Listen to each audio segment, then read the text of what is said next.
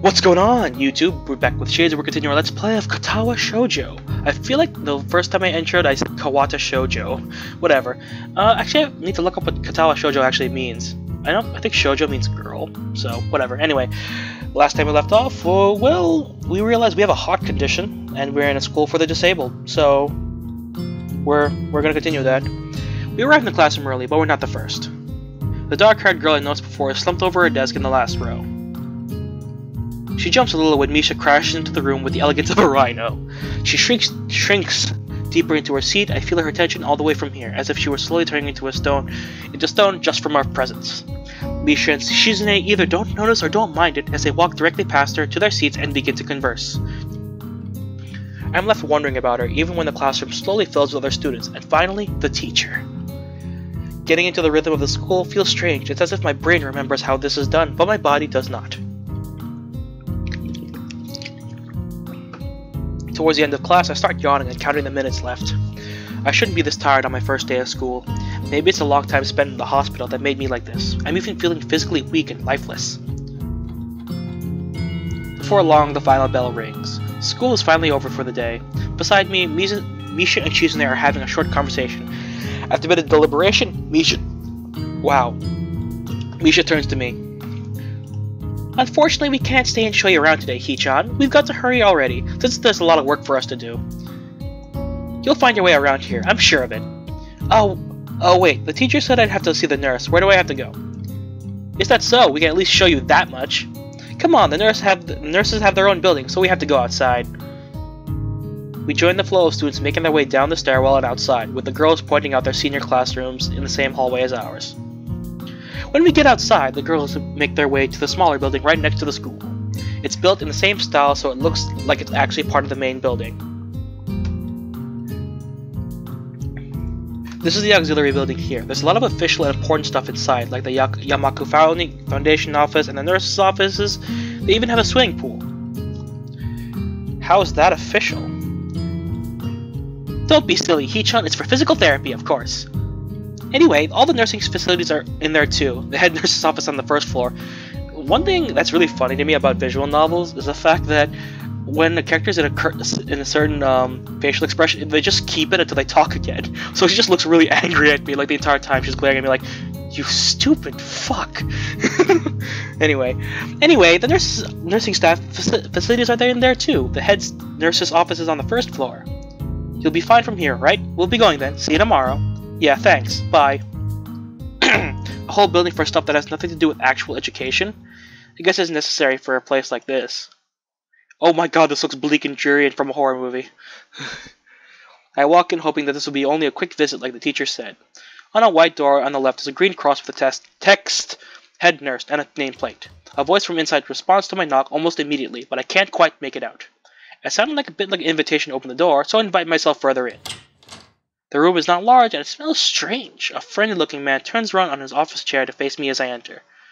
His desk is neat and tidy, but the bin under the table is overflowing with used medical utensils, and there are at least a dozen coffee cup rings lingering on his desk.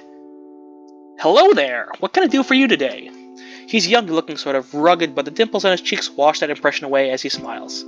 Are you the nurse? He smiles like a person who has heard this very question hundreds of times. Why, yes I am. It says so on the door, no?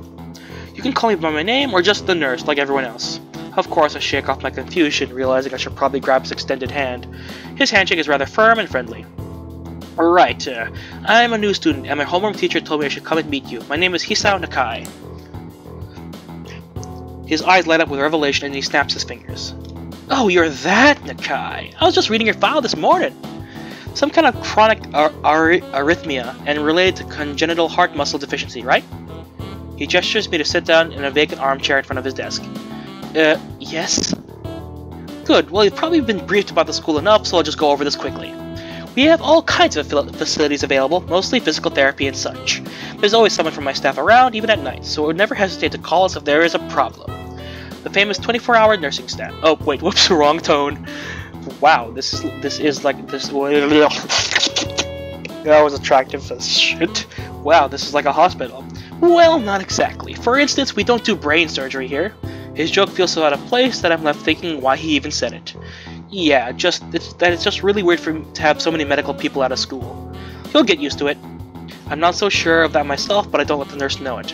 Now let me just find your file again. While he searches for something from his computer and shuffles stacks of paper around, I let my gaze wander around the room. It's the epitome of generic, I'd like to say. Beige walls and ceiling, dark gray laminate flooring, and all the equipment you'd expect from a school nurse's office. Even the ridiculous educational posters are hanging on all four walls, reminding me to eat properly 3 times a day and from all the food groups. Smiling, the nurse draws a thick file from a stack of similarly thick files and opens it. So you already have medication for the arrhythmia, and just remember to take your pills every morning and evening, and it won't be much help. Apart from that, do you do any sports, rash stuff like, I don't know, boxing? He grinned to his own joke, but I don't. Well, I played soccer occasionally with some classmates. Alright, I'm afraid I'm going to have to recommend you refrain from doing that, at least for the time being. Oh. My lack of reaction makes him raise an eyebrow, but not really. I'm not too bothered by him forbidding me to kick a ball around. I guess it never did it out of burning passion for the sport, just something to do. Any kind of concussion might be very dangerous to your heart, and risking another attack is not a good idea. Was the previous one caused by sudden concussion in the chest area? There's no mention of the cause in your papers. Not exactly. I was in a emotional situation. I sidestepped the question acceptably, and he glanced over his papers with a more serious expression on his face. Still, you need to keep your body healthy, so some exercise would do you good. We have physical therapy and such available, as I said, but I don't think you really need such heavy measures. Just get some light exercise regularly. Brisk walks or even light jogging, jumping rope, that sort of thing. Swimming, maybe? There's a pool here. So I was told. You were? Very good. At any rate, I'm sure you've been told this before, you just need to take care of it and not to overexert yourself. He wagged his finger to emphasize the point. No need, really. I've heard this 1,000 times already. Absolutely no unnecessary risks. Take care of yourself. Okay. He goes over my papers one more time and sets them on the desk, obviously content. Good, that's it then. Come meet me if you ever need something. I mushed out before I even realized it. A quick visit indeed. I end up standing in front of the main building and the auxiliary building, although to my eyes they still look one and the same. It's the first real look I get into the other students, so I watch people coming out of the school, going towards the gate or the dorms. Everyone seems to know where they're going, and I still keep thinking that most of them don't look too special for being students at a special school. Then again, neither do I. Does it make me one of them? Or one of us? I should go somewhere too to prevent me from getting lost. It's around dinner time, but I feel tired instead of hungry. The weariness in me only grows as I trudge toward the dorms, set a little way apart from the main building complex. I was reminded of my own dorms back at college. There's a garden of sorts between the schools and the dorms, shrubbery, flowers, and that overbearing smell of fresh-cut grass that fills the atmosphere. It dawns on my tired mind that the smell feels novel because I haven't been outside at all for so long. The dorm building is made of big, red bricks, just like the others. It feels way too pompous for what it is, so I push forward, going inside. This is kind of going to be cynical the entire time. It takes more time than necessary to fish out the key I was given from my pocket. Room 119. Despite the ornate exterior, the inside of the dorm is fairly new, functional, and boring. Just like the main building, the halls and doors are wide to accommodate wheelchairs. The same goes for the elevators at the ends of the hallways. I poke my head around the corner of the common room door. Inside, a few students are watching the television. One nods and gives a quick hello before turning back to the TV. Seems that only the girls around here are sociable, so I suppose that's perfectly fine with me. I climb the stairs to the upper floor. Here, small corridors branch off from the main hallway. Each of these minor halls seem to have a toilet and shower, as well as 4 rooms. About halfway down the hall, I spy room 119. The nameplate on the room adjacent to mine are blank. I guess there are just 2 of us here. Light shines from below the door of room 117, so I knock lightly. Hello, is anyone home? From inside I hear a few movements and the clicking of way more locks than I thought this door had. After a moment, the door squeaks open. A bespectacled— oh my god, it's me! Oh, wait, it's Harry Potter! It's Harry freaking Potter. Look at him. Who is it? Blind? No, at least not completely. Why would he have eyeglasses if he was? He leans closer to me until our noses are almost touching. His breath stinks of garlic. Hisao Nakai. I'm moving in Whoopsie.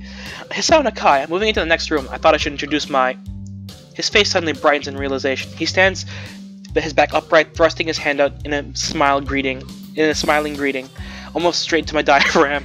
Oh, sup dude, my name's Kenji. Oh, that's his voice. That is his voice now. I was thinking getting like a British accent. No, that's your voice now. Hi. I take Kenji's sweaty hand and shake it, still a little rattled by the sudden change of attitude and vehement welcome. There were some suspicious-looking people going in and out of your room earlier. It was probably my... Switching voices is so difficult. It was probably my parents. Your parents? You sure? Because it could have been some other people too. You can't judge a book by its cover. His out-of-place proverb is left hanging between us awkwardly as I try to think of some way to respond. I'd say the chances are high enough. He shudders and makes some exaggerated hand gestures. You're a brave man, Isao. Me? I don't think I could trust the chances. The only one I trust is myself. Does that mean I shouldn't get to know you either? He thinks about this for a while. A wise decision. Damn, you're smarter than you look. Probably. What do you look like? I hope not smart. He squints his eyes and leans closer again, but I lean backwards to dodge it. Never mind, it doesn't matter. Oh, I'm guessing he has really poor eyesight. Not blind, but poor eyesight. With that, he turns, fumbles around for a moment in search of the door handle, and shuts the door behind him. I slide the key into the lock of the door, marked 119. Bleak beige walls, white linen, a desk made of some type of light wood, ugly curtains. It's no one's room, impersonal, like my hospital room was. My bags are sitting at the foot of my bed, looking a lot emptier than they did this morning. The closet is sitting open, stocked with my clothes. Also, it seems there are a number of school uniforms hanging there as well. A note is pinned to the sleeve of one of the shirts. Hi, Hee-chan, we've unpacked your things and made your bed. They said that if these don't fit, then you should go to the office tomorrow. If you have any problems, you can always call us. Love, Mom and Dad. Well, at least I don't have to worry about unpacking. I kinda hoped I would have, then there would be something to do. It's still too early. I put the note down on the desktop and lie down on bed, feeling drained. Lying there makes me want to read something, but I have nothing with me.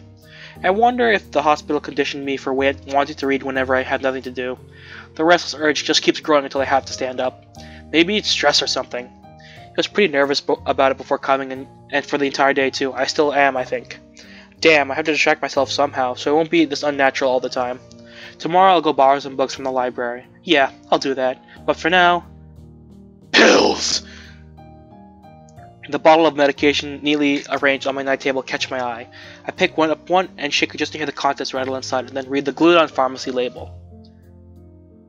Hisao Nakai, 2 tablets daily to stay... What?! What?!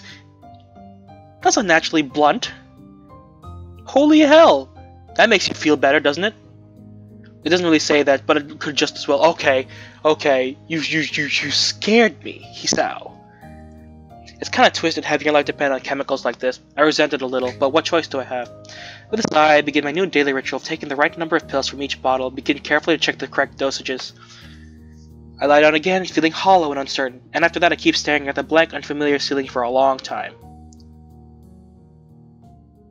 It doesn't look like any more familiar, not even the darkness falls, long shadows draw across my room like fingers. The sheets feel slightly more comfortable, warm and nest-like against the chill that passes for room temperature here. Soon the lighter shade of darkness, that is the ceiling, looks like every ceiling does at night, and it becomes the only thing I recognize anymore. Night beckoning me to sleep, and I feel a coldness of unfamiliarity and fear creeping up my spine once again. I keep drifting further away from the world I knew.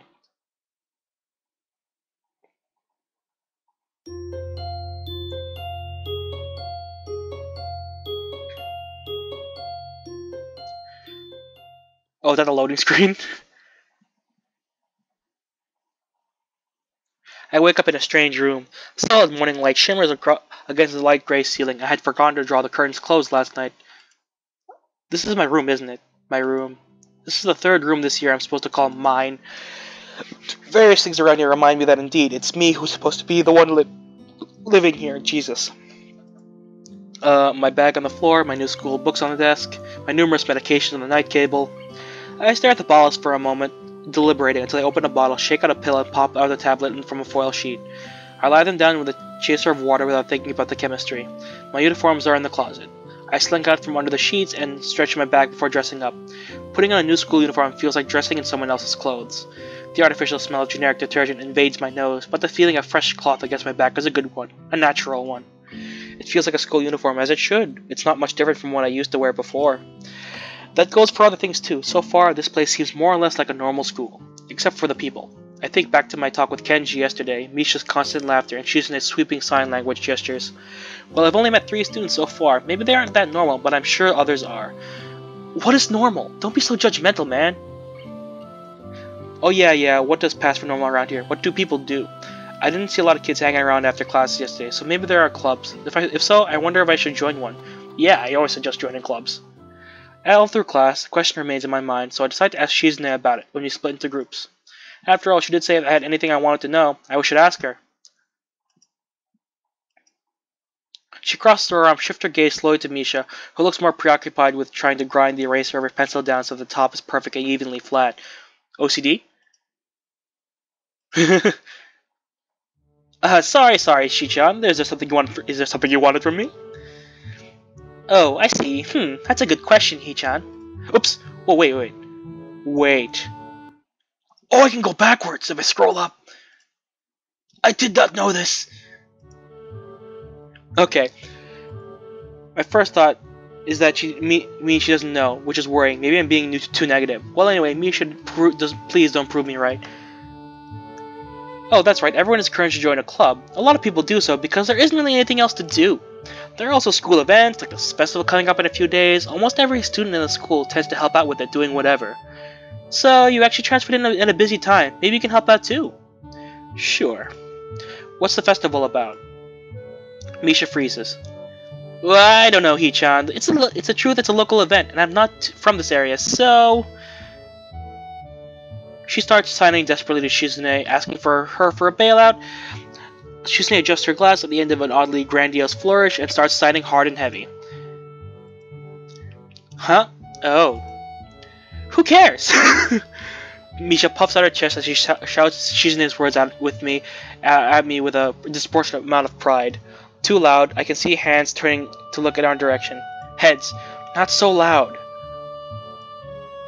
Human beings evolve with each new generation. The ideas and beliefs behind a festival will inevitably change with time. Wow, it's about delicious fried food and amusing little games that you play to win prizes. The teacher clears his throat very loudly, batting his long wooden pointer against his other palm like a baton, and shoots a pointed gaze at us. Finally noticing where we are, Misha stifles a yelp and quickly quiets down. Shizune doesn't seem embarrassed at all, though brushing it off without a care. We are in the middle of class and we should start working. That's right, Shichan. What? That's right, Hichan. Are you asking because you're interested in joining a club? It could have been my eyes playing tricks on me, but I think I saw a suspicious glare exchange between them. Misha's tone has also changed, although that does with every word anyway. Yeah, I was thinking about it. Misha and Shizune look at each other again. About that's what they have in mind when something dark flutters in my peripheral vision, catching my attention. Out of the corner of my eye, I see the girl with long dark hair get up from her desk and slip silently toward the door. It doesn't seem like she was working in any group, and no one seems to notice her but me. I glance at the teacher who's also looking at the dark-haired girl go, why doesn't he say anything? Hichan, is something wrong? Do I look as uneasy as I feel? Or was Misa just looking at me after the girl who's left? No, nothing.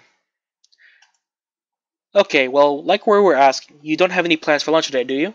I thought I would go to the library and pick up some books. Not really. Do you want to have lunch together then? Sure. Yay! Wow! I'm never doing that again. Okay, Hichan, perfect. The rest of class passes uneventfully. The girl with long hair never came back. Whoops, did I skip something? Before I have the time to put any more thought into where she could have gone, the teacher informs us that it's time to stop working. Shizune looks more than a little annoyed, and we all just barely managed to finish all our work on time. I'm glad we finished it all. It's not a contest or anything. Yes, it is, Hichan. What? Can she read minds? Impossible. Really? Really. I've noticed it before, but it's kind of funny how Misha is always moving her hands and signing not only everything she says, but what everyone else is saying at any given time. Obviously, it must be so Shizune can understand it. Her eyes dart back and forth between Misha's hands and mine. I don't know who I'm supposed to be looking at. I'm talking to Misha, but that might be wrong. So maybe I should face Shizune. So I'm used to looking in the direction of the person whose voice I'm hearing, but really, Shizune can't hear me. But it would be disrespectful to talk to her through Misha. Then again, isn't that what she's doing? No, at least she's looking at me. This is all very confusing and will take time to get used to. It's not a contest, but contests are competitions over a prize. If there's no prize on the line, it's not really a contest. Shizune's eyes flash dangerously with a competitive glare. She stares at me, as if surprised that I'm challenging her. I think maybe this is a contest to her. I've never noticed how dark and blue her eyes are. It's truly an alluring gaze. Are you sure, Hee-chan? Very sure. You're wrong, Hee-chan, because I don't want to be the slowest one in this class. Therefore, what's on the line is my confidence in my abilities and the prize that is the satisfaction of proving them. I'm not gonna do the laugh. Shizune pushes her glasses up to the bridge of her nose in a very matter-of-fact way. I argue more, but the bell rings, and she quickly gets up and picks up her bag, looks at me unexpectedly. Oh! That's how I do it! Oh! I just right-click! Well, now that I know that, I'm just gonna show image. Oh! I'm gonna spam the hell out of that save button. I'd almost forgotten what I was supposed to have for lunch with them. What? Oh, I said that wrong so bad. Where do you want to eat? The cafeteria? Haha, that's so plain. Okay, let's go. Plain? Well, I guess. At my old school, I liked to eat outside near the back of the building. It was a good spot, but I didn't find it until the very end of my freshman year. I wonder if there's a similar place to eat here. Misha seems to imply as much. Shizune and Misha pull me toward the cafeteria, which is surprisingly not packed. Maybe some students favor eating in the classroom or outdoors. I saw some of my classmates had boxed lunches. After we finish eating, Misha picks up where we left off earlier. So, Hee-chan, you wanted to know about clubs and stuff, right? Right, Shi-chan. Okay, I guess it makes sense to ask first. Exchanging little nods of confirmation, they turn to face me again, and Misha strains her posture as if she's about to deliver a speech. Hee-chan, do you have anything you're really interested in? I used to play soccer, but I'm not really into it. I don't follow the teams and players or anything like that. As of late, I usually just read a lot. There's a book club, right, Chi-chan? Right? But it seems like they have all the members they could possibly have right now. Sorry, Chi-chan, it's a really popular club. Okay, but more to the point, Hee-chan, does this mean you don't have anything already in mind? No, really. Good, great, that's great, Hee-chan, really great. Why does she keep laughing? Why is it so great? No reason. Well, Hee-chan, other than clubs, the upcoming festival, there's one other thing. Student council. I see, I didn't know the school had a student council. That was a very melodramatic setup, though, just to tell me that. I'm pretty sure the two of them know this, because Shizune looks a little embarrassed about it, and Misha is laughing. Shizune quickly retakes control of this discussion, in a manner of speaking. After all, it's still Misha who has to voice whatever she says. Right. Hee-chan, maybe you should join the student council. They could use more people. Yes, definitely. You should definitely join. Why? Well, for one, we can hang out every day, Hee-chan. Shi-chan and I are both in student council. Actually, Shi-chan is the president. I'm starting to get the suspicion that Shizune and Misha might not exactly be the most unbiased people to talk about this with. As of reading my mind, Shizune quickly adjusts her glasses and signs something to Misha. Of course, we're not trying to get you to join it just because we would obviously benefit from you joining student council and therefore have an incentive to try and get you to— What the frick frack, girl? So you're admitting that. No, we admit nothing. I mean, Hee-chan, of course, it would be nice if you joined, and we'd appreciate it. But even without all that, joining student council shows a healthy interest in the workings of one's school. Yup, it's true, Hee-chan. Besides, don't you want to spend more time with us after school, Hee-chan? They repeat words way too much. But I guess that's only because of the trans... Actually, this game was made in America, I think. I actually have no idea. I should double check that before I say things. I can't tell if she's being genuine or if this is being really good acting. Both of them seem to be trying hard to look their cutest, although they're pretty cute to begin with. I guess. I'm so used to looking at anime girls that, like, they all look the same to me. Actually, no, they don't. It's just, I'm used to it. Well... So it's settled then. Welcome to student council, Hee-chan. What? No! Aw, see, Shi-chan? Of course it wouldn't go so easily. Yep, that's right, though it would be boring if it went smoothly. Oh well, Shi-chan owes me candy now. You were betting on it? Hey, my life's not a game here. Shizune seems very intrigued by this when Misha assigns it to her. The aggressive glint returns to her eyes. That's interesting, Hee-chan. Let's play a game. That's not what I said. How about rich man, poor man, Hee-chan? If you lose, you have to join the student council. No, absolutely not. Aw, why not? Well, because you two both have the same incentive and therefore the same goal, which is to get me to join student council, right? Yep.